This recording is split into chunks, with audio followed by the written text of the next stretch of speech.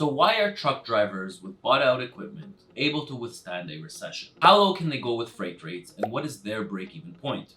So far, freight rates are sitting at $2.07 per mile as a national average for the van division, which is the most common form of transportation. Will owner-operators or lease operators survive if freight rates will go down to $1.85 per mile? And at what point will owner-operators with bought-out equipment start going out of business? That we'll answer in this video today. So I'll break this video down into two parts. First, we'll talk about why owner-operators with bought-out equipment are able to withstand a recession. And then at the end of the video, I will do a side-by-side pay comparison with two owner-operators, one of them with paid-out equipment and the other one that has financing on his truck, so you can see the difference, and we'll actually play a scenario where freight rates go down to $1.80, $1.75, and see at what point will the owner-operator with the paid out equipment, at what point will he start losing money? And lastly, I know every single one of you out there has thought about it, whether you're coming into the industry, in this industry, if you're a local driver, highway driver, I'm sure you've all thought about buying multiple trucks. So at what point will those guys go out of business if they're not already out of business? I'll make sure to answer those questions in this video. So let's start. Why can an owner operator with bought out equipment able to withstand a recession? So number one that we'll talk about is the lower debt. An owner-operator who has purchased their truck outright typically has lower debt obligations compared to those that have a lease or are financing their trucks. This means that they have fewer financial liabilities during an economic downturn. Second is an owner-operator with paid-out equipment has a little bit more flexibility. They have the flexibility to adjust their operation and to adapt to changing market conditions, so they can reduce expenses, take on different types of hauling jobs, or diversify their services to stay afloat. Now, they also don't have such a financial burden when changing from one trucking company to another. We all know that to get plated with a new company, it usually takes about 2 weeks, depending on where you are in the US, probably between 10 days to 14 days just to get plated onto a new carrier. Well, somebody who has a financing on his truck and is making payments is less likely to be doing that multiple times. Where somebody who is an owner-operator that has paid out equipment, if it's not good at one place, he'll move on to the next place, or he'll move on to a company that has better contracts and can pay a little bit better. All right, number three, control over rates. As an independent owner operator and lease operator, when you have bought out equipment, you are more likely to deny garbage loads or low paying loads. For example, if a dispatcher calls you and says, hey, I have a load going, it's 1,000 miles one way and is paying $1,600. That $1.60 per mile is really not well below the national average, and it's just not something that I am willing to do with my bought out equipment. Whereas somebody who has a finance truck or a lease truck might get a little bit more pressured. Oh, I've been standing around for half a day, or oh, I've laid over already one day. Should I wait another day? Let me just take the load. But somebody with bought out equipment, they really don't feel that pressure. If they don't like the load, they just say, hey, you know what, that load is not for me, find me a better load. The next thing we'll talk about is reduced overhead costs. So without the burden of a monthly truck payment, owner operators can have lower overhead costs. So they don't have that financial obligation, they don't have that financial payment. Those overhead expenses, they just don't have it, or who knows how long they've had it for. Reduced overhead. So let's talk about this. If I am an owner operator that hasn't had a payment on a truck payment for the last 2 or 3 years, most likely I'm probably doing a little bit better financially. I've had a little bit saved up. My overhead cost on a month-to-month basis cost me a lot less to live than somebody else that has a payment. So I have less overhead to worry about. All right, so here's a big one. Experience, experience is experience. So this means everything. So if I am an owner operator that has been doing this for the last 10, 15 years, my truck is already paid out. Guess what? This is not the first time that I've seen a recession. So I remember what I did last time. I remember what I did that worked. I remember what I did that didn't work. Just go into that mode again. So for example, if I did long haul truck driving and it used to pay $3, $4 a mile, and now the freight rates are at 2.07 per mile, then you know what? Maybe I'll just run the 300-400 mile radius. Maybe I'll start doing hazmat loads. Maybe I'll start doing, somebody with years of experience, they've been through this already before, and they know what to do when freight rates are low. Maybe some guys just tell themselves, hey, you know, by my experience, hell, I'll just park the truck for 2 months and I'll wait it out. So they already have the experience, which means the world. And that's why you guys out there those new guys that are just coming into the industry or guys that are owner operators, it's good to have a couple of friends in the industry that are a lot more experienced than you are. I mean, I know that before we went into ET Transport, I know I had a mentor and he was great. And any question that I had him, he was a lot older than I was. He's probably in his late 60s right now, and I'm still in touch with him all the time.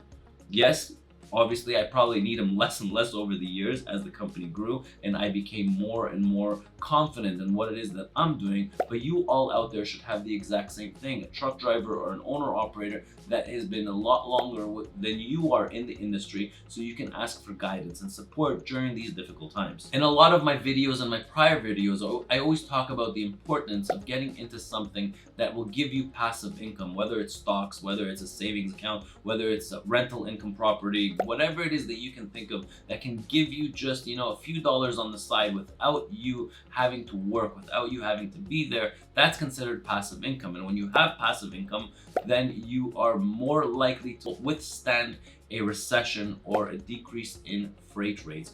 And owner operators that have bought out equipment are probably a little bit more likely to have passive income than those guys that are paying their trucks off and having a monthly lease payment on their truck. Well, there you have it. 6 reasons why somebody that has a paid off truck is more likely to withstand a recession versus an owner operator that has monthly payments on their truck. But as promised, I told you I was going to show you some pay statements, 2 side-by-side comparison of one owner operator that has lease payments on his truck versus a second owner operator that doesn't have payments on his truck, and we're going to see how low can the guy go with a paid off truck before he starts losing money. So let's get right into that. So let's go ahead and look over these pay statements together. So a couple of things we need to talk about is number one, the scenarios that I took here are 88-12. 88-12 means that the company that you work for is getting paid 12% of your gross earnings and you're taking home 88% of the gross earnings. I feel like that's a very popular pay structure in the US. So the 88-12, I did take $875 as a monthly payment for a truck. So whether it's your own payments that you're paying directly to the finance companies, or if you're doing a lease purchase program, I find that that is a very, very common amount, plus minus about $50, what I see in my consultations, but approximately it's $875 for the week, $3,500 for the month. The next thing that I took here is about insurance. So $400 for insurance and $300 for the trailer. And that's how I ran the pays. So first scenario, like we said, we're going to talk about the owner operators that have a payment for their truck. So at what point are they going to give up? And then we'll do the exact same scenario with the guys that have their bought out equipment. Okay, so the whole point of this video is to show you guys why can owner operators with paid out equipment withhold a recession. So let's go into statement number one. So here we have 2950, and I took 2.07 because that is our current national average for the van division. 2.07 per mile is what drivers are getting for loads. Okay, you could be a little bit above that, you could be a little bit below that, but the stats are saying that 2.07 is today's national average for the month of July 2023. So the driver grossed out 6106.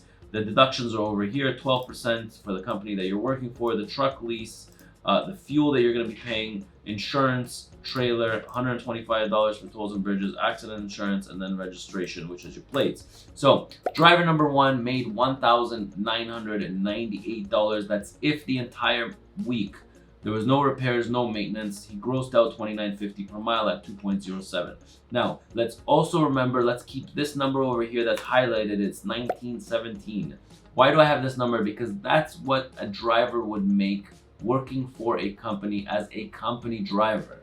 Okay, so you can see that this number here and this number here. Now, the number that I took is 65 cents per mile. Yes, there are company positions out there that pay a little bit more. Yes, there are company positions that pay a little bit less.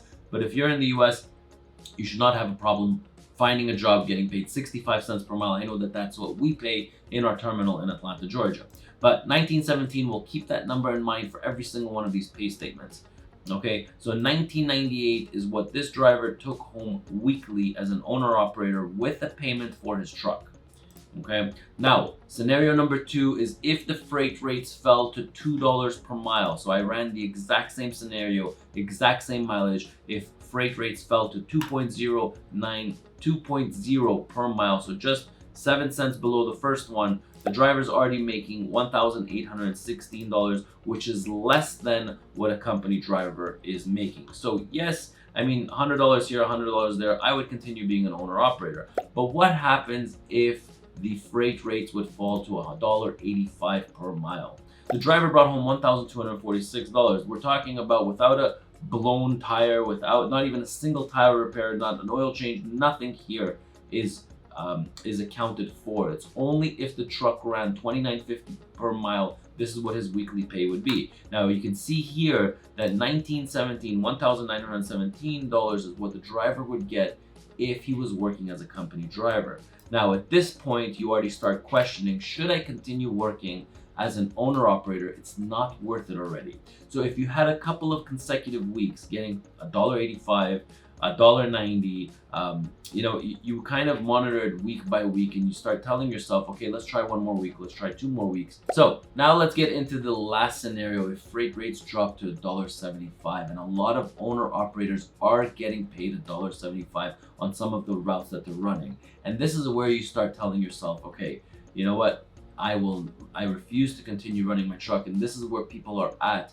when they start parking the truck or giving the trucks back to the finance companies, and they just call it quits. Why? Because at this situation over here, that means your credit cards are backed up. That means that you have zero money already. You have zero patience already for your truck. And you're saying, okay, why in the world am I making half the amount of money that an owner operator is making? Now, if your truck is down, you are losing money. Big time you're losing money, because the truck lease does not go away. The insurance doesn't go away. Your trailer payment doesn't go away, right? These insurances that you have will not go away. So you're coming out at a big loss if your truck is down, even for 2, 3, 4 days. And this is the point between $1.75 and $1.85 where drivers are saying, okay, enough is enough. I call it quits. Okay, so that's why owner operators that have payments on their truck are a lot more likely to go out of business much sooner. Now we're going to run the exact same scenario with a driver that has paid out trucks in the exact same format. Okay, so with every single one of these, I'm going to delete the truck payment. All right, so now let's start off. So at 2.07 national average, here's this exact same driver, has a bought out truck. He is making $28.73 per week. You know what? Great. I don't mind making this much money. You know, it's over $12,000. It's just about $12,000 a month. I'm okay making this kind of money. That's fine. I'm paying my insurance. All my expenses are paid for. Even if I have, a repair or maintenance at this, making this much money, I'm okay to withstand it because it's a lot higher than working as a company driver. At $2 per mile, again, I'm making almost the exact same amount, $26.91. Not a significant drop. I can go down to $2 a mile. I'm still making, about $10,500 every single month. I can afford my repairs and maintenance if I have to pay $1,000 or $1,500, or if I have a blown tire. I'm still okay at this point. Once I start getting into $1.85 per mile, now I'm bringing home only $2,000 a week. But if you think about it, $2,000 a week is not that bad during a recession. You're still, that times are going to get better. You're thinking to yourself, okay, you know what? Maybe it's just going to be another month. Maybe it's just going to be another 2 months. And you can still hold on, right? Because it's still, you're making what a company driver makes. You have your own truck. You're paying, you're doing your monthly payments. You are still okay at $1.85 per mile. But once you start dropping down to $1.75 per mile, you are already thinking, okay, I'm making just as much as a company driver is making. It's still not that bad. At what point does it get really bad for an owner operator that has bought out equipment? So I would say that number, that magical number, is probably $1.55 per mile. Okay, so if an owner operator makes $1.55 per mile, running 2,950 miles, we still can make $1,300 per week with bought out equipment. Yes, it's less than a company driver. Yes, you say to yourself, but we are not there and we're not going to get there. And that's why an owner operator with bought out equipment, even if the national average was going to drop to $1.85, he is still okay and can withstand a recession.